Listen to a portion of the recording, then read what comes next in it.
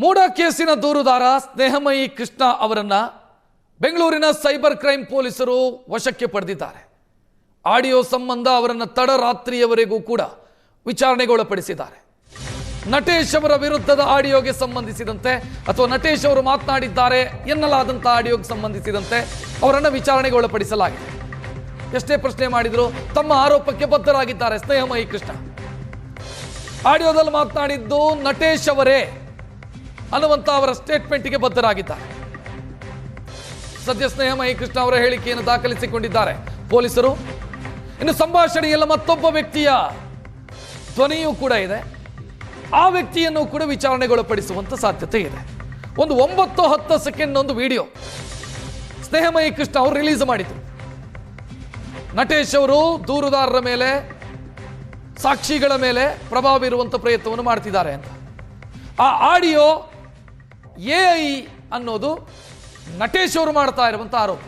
ಆ audio fake, ನಕಲಿ ಅಂತ ಸ್ನೇಹಮಯಿ ಕೃಷ್ಣ ಅವರು ವಿಚಾರಣೆಯ ಸಂದರ್ಭದಲ್ಲಿ ಹೇಳ್ಕೊಳ್ತಿದ್ದಾರೆ.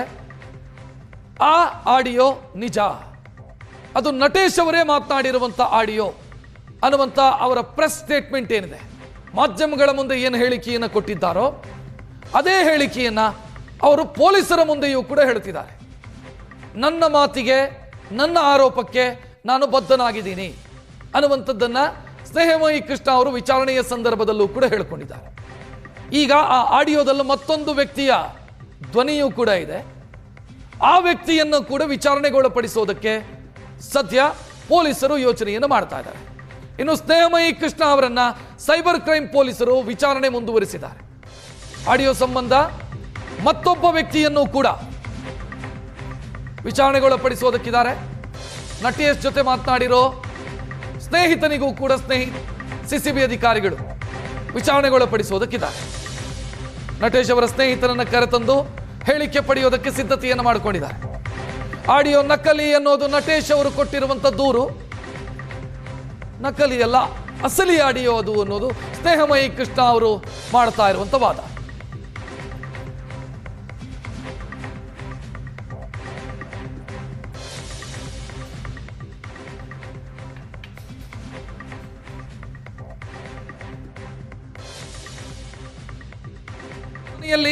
ಒಂದಿಷ್ಟು ವಸ್ತುಗಳನ್ನು ಪಡ್ಕೊಂಡಿದ್ದಾರೆ.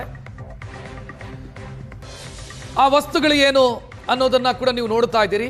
16 GB ಸಾಮರ್ಥ್ಯದ ಒಂದು ಪೆನ್ ಡ್ರೈವ್ ಅನ್ನು ವಶಪಡಿಸಿಕೊಂಡಿದ್ದಾರೆ. ಒಂದಷ್ಟು ದಾಖಲೆಗಳನ್ನು ಕೂಡ ವಶಪಡಿಸಿಕೊಂಡಿದ್ದಾರೆ ಅನ್ನುವಂಥ ಮಾಹಿತಿ ಇದೆ.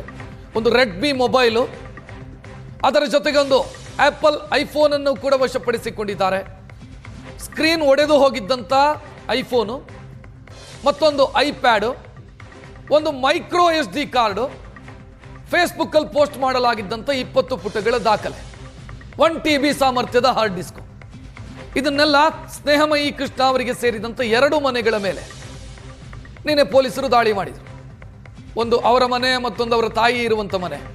2 ಮನೆಯ ಮೇಲೂ ಕೂಡ ದಾಳಿ ಮಾಡಿದರು. ಅಲ್ಲಿ ಒಂದಿಷ್ಟು ವಸ್ತುಗಳನ್ನು ಪೊಲೀಸರು ವಶಪಡಿಸಿಕೊಂಡಿರು. ಹೆಚ್ಚಿನ ಡೀಟೇಲ್ ನೀಡೋದಕ್ಕೆ ನಮ್ಮ ಪ್ರತಿನಿಧಿ ಶರತ್ ನೇರ ಸಂಪರ್ಕದಲ್ಲಿ. ಶರತ್, ಈಗ ಸ್ನೇಹಮಯಿ ಕೃಷ್ಣ ಅವರನ್ನ ಅರೆಸ್ಟ್ ಮಾಡಿರೋದಾ, ವಶಕ್ಕೆ ತೆಗೆದುಕೊಂಡಿರೋದಾ, ಇದರ ಬಗ್ಗೆಯೇ ಕನ್ಫ್ಯೂಷನ್ ಇದೆ. ಏನಾಗ್ತಿದೆ ಸದ್ಯ ವಿಚಾರಣೆ ವೇಳೆ?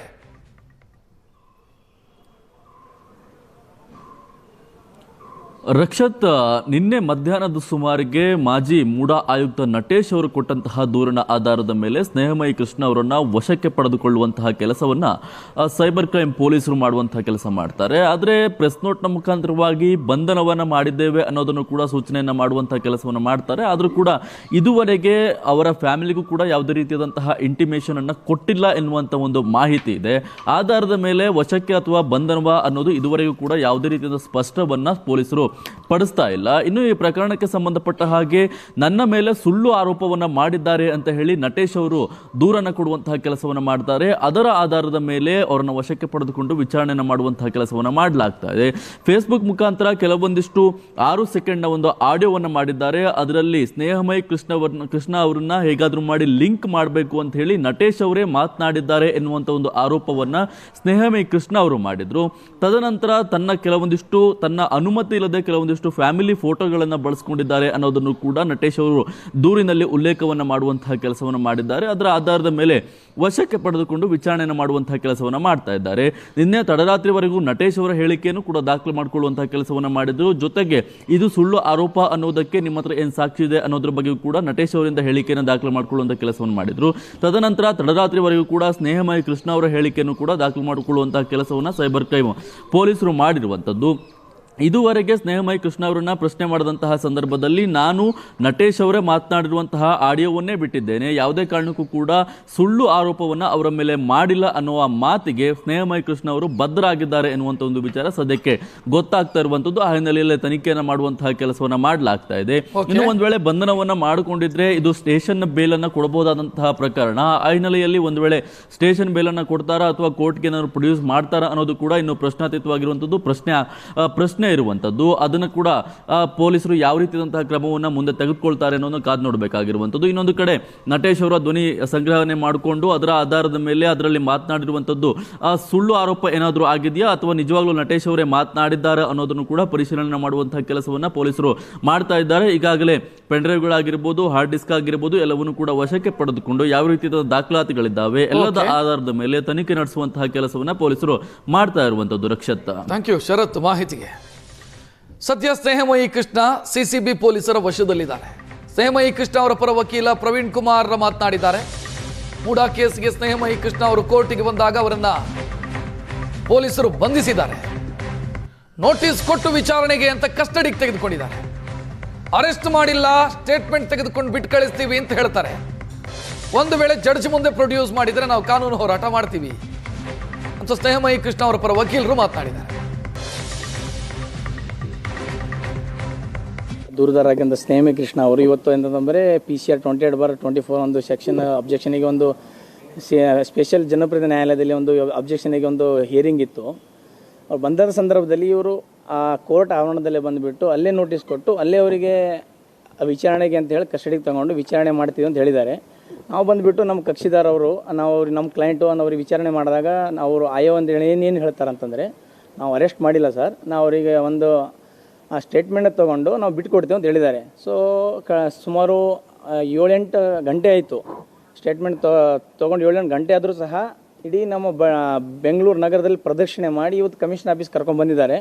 ನೋಡುವ ಇನ್ನೂ ಟೈಮ್ ಇದೆ, ಸಾಧ್ಯ ಆದರೆ ಅವರು ಜಡ್ಜ್ ಮುಂದೆ ಪ್ರೊಡ್ಯೂಸ್ ಮಾಡಿದರೆ ನಾವು ಕಾನೂನು ಹೋರಾಟ ಮಾಡೋಕ್ಕೆ ನಾವು ಎಲ್ಲ ರೀತಿಯಲ್ಲಿ ನಾವು ತಯಾರಿ ಮಾಡ್ಕೊಂಡಿದ್ದೀವಿ. ಒಂದು ವೇಳೆ ಜಡ್ಜ್ ಮನೆ ಮುಂದೆ ಪ್ರೊಡ್ಯೂಸ್ ಮಾಡಿದರೆ ನಾವು ಜಡ್ಜ್ ಮುಂದೆ ಹೋಗಿ ನಾವು ಬೇಲಿಗೆ ಅಪ್ಲಿಕೇಶನ್ ಹಾಕ್ತೀವಿ. ದೂರದಾರರಾಗಿದ್ದ ಸ್ನೇಹ